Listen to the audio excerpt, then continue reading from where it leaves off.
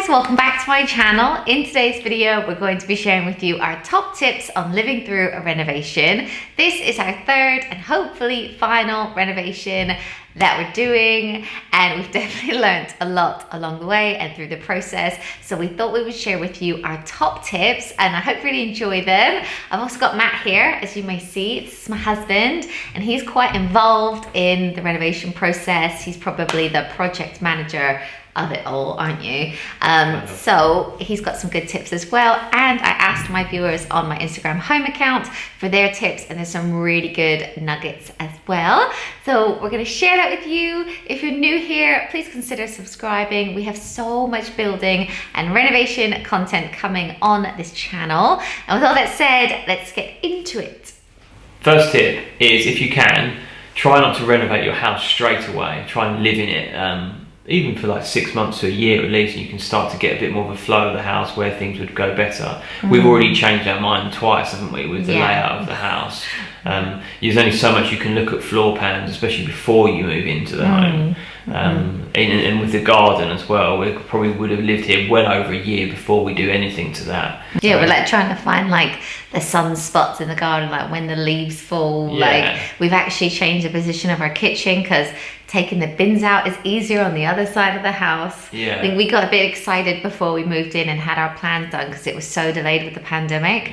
But then when we moved in, we're like, oh, that's actually not going to work. And our next tip is to learn to live with dust. Whether you're doing a big renovation or you're literally just ripping out one bathroom, you will not believe how much dust it creates. It gets everywhere. So make sure you have plastic sheeting for dust. We like to cover up the boys' beds during the day so that they don't get dust all over their beds.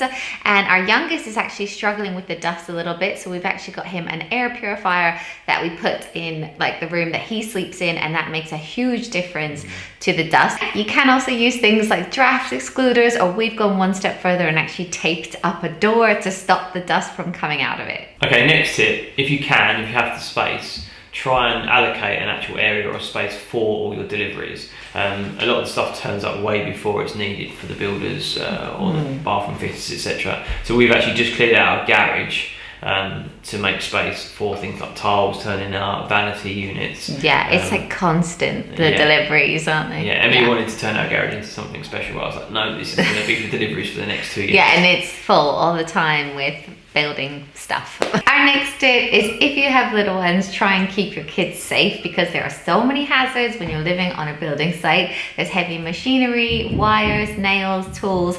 Builders also leave doors open all the time, so if you have toddlers, it's not ideal. So try and allocate a couple of rooms that is literally for you and the kids to live in. Put all the toys in those rooms as well, and then you can feel so much safer. Although the kids would probably love to just run around on a building site. Like our last renovation, we had a 2-year-old, and Fraser loved all the tools and the diggers and everything.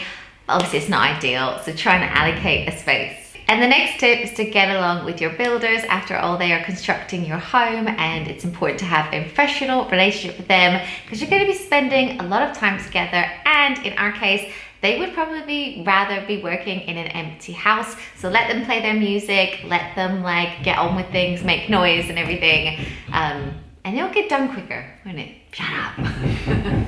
And whilst on the topic of builders, I think it's good to sweeten them up.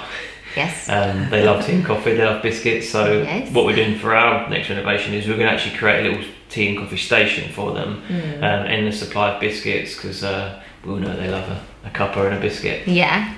That's a good tip. Go to Costco and buy loads of tea bags, loads of coffee, and like Matt said, we've got a shed with electrics, so we're going to buy like a £10 kettle and like 40p cups from IKEA, because when you are using your own cups, like my Emma Bridgewater cups, set them up. You smashed them.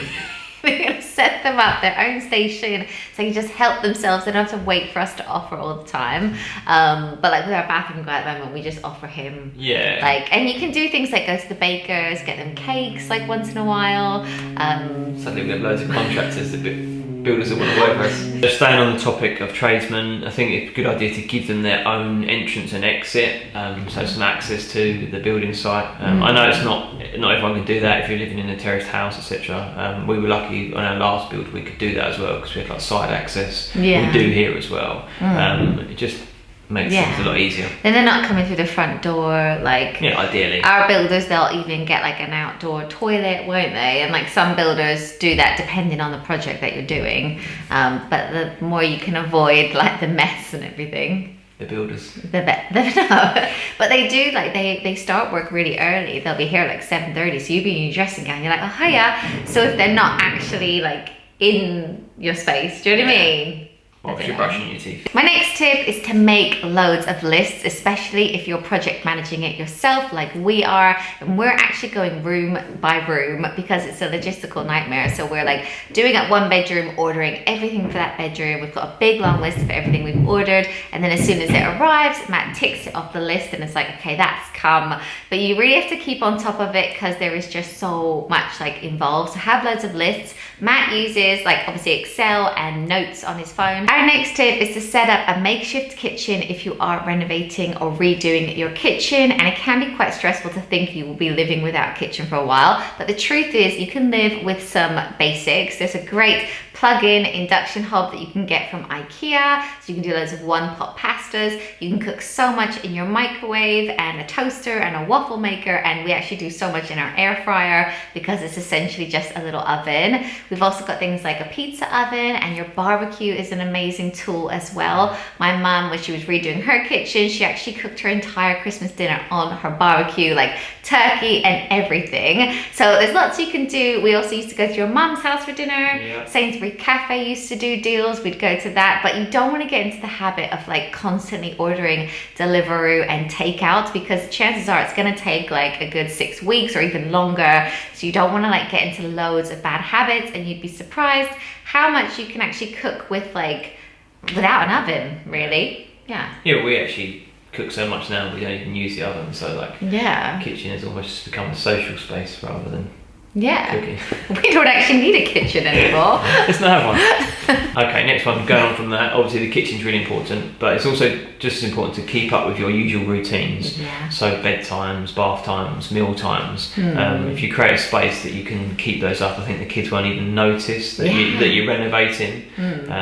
Otherwise it can just be chaos if you don't do that, if their life really is like put on hold. I think as well, like you really worry how it's going to affect the kids when you do something like a big build, but in our experience our kids literally don't care. Like they don't even notice. They're so like, they're just happy if they've got like their normal routine. They like don't and seem diggers to care. on site, there's builders, they actually enjoy it, but like you say, just keep to their daily routines. And if you can at all possible, look at your life and look at the seasons of when you're building. So we're starting our build when all of our children are at school, so they'll be out of the house during the day. But also if you are doing a knock through, it's worth thinking about when that will happen and making it the summer months or the spring months so you don't freeze if you can.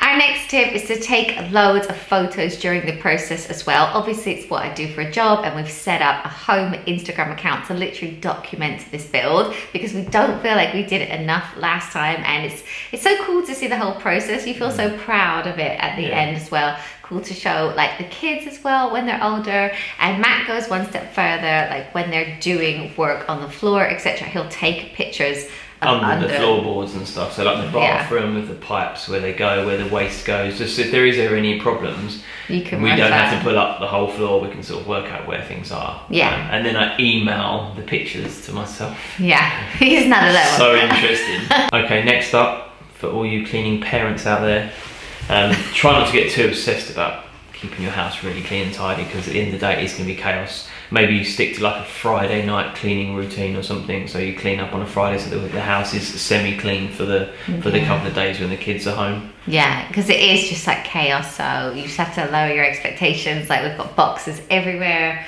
our spare room is a joke, isn't it? But just get over it. We have to just think of the end goal. Seems minor, but it's quite a good little tip, is try not to park your cars near a skip.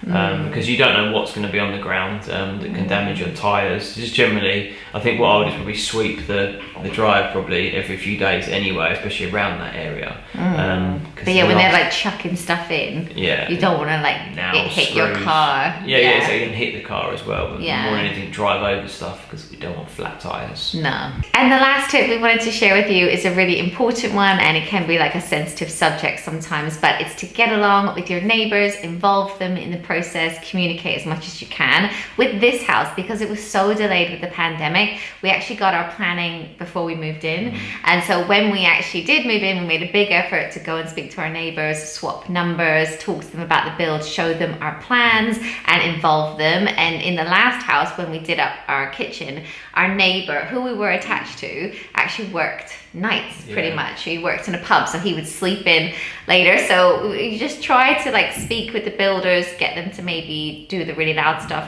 later in the afternoon. Just communicate, feel like you're involving them rather than you're at some sort of war. Give them wine as well and drinks. Be friends, because at the end of the day, when all the work is done, you have to live next to these people, and obviously you want to get along, don't you? It would be nice. Yeah, ours seem very lovely, don't they? We haven't started the building. We haven't started the building. Actually, they're doing some at the moment. Yeah, they're doing building work, so that's actually really good. Yeah. Nothing compared to ours. Right, so those are all the tips that we wanted to share with you. I hope you enjoyed it and found it useful. Please add your own tips in the comments below, because I'm sure everyone would love to see those. And if you'd like to see any other like building renovation content, I know not everyone's doing this at the same time, but obviously we'd be happy to make that. And yeah, thank you so much for watching, and we'll see you in our next one. See ya. Bye. Right, the next tipple. What are you having? I'm drunk. Okay, it's right. Friday. Right, the next tip is to get along with your builder. Shut up. You didn't do bye. Go on, do it again, I did. Go on.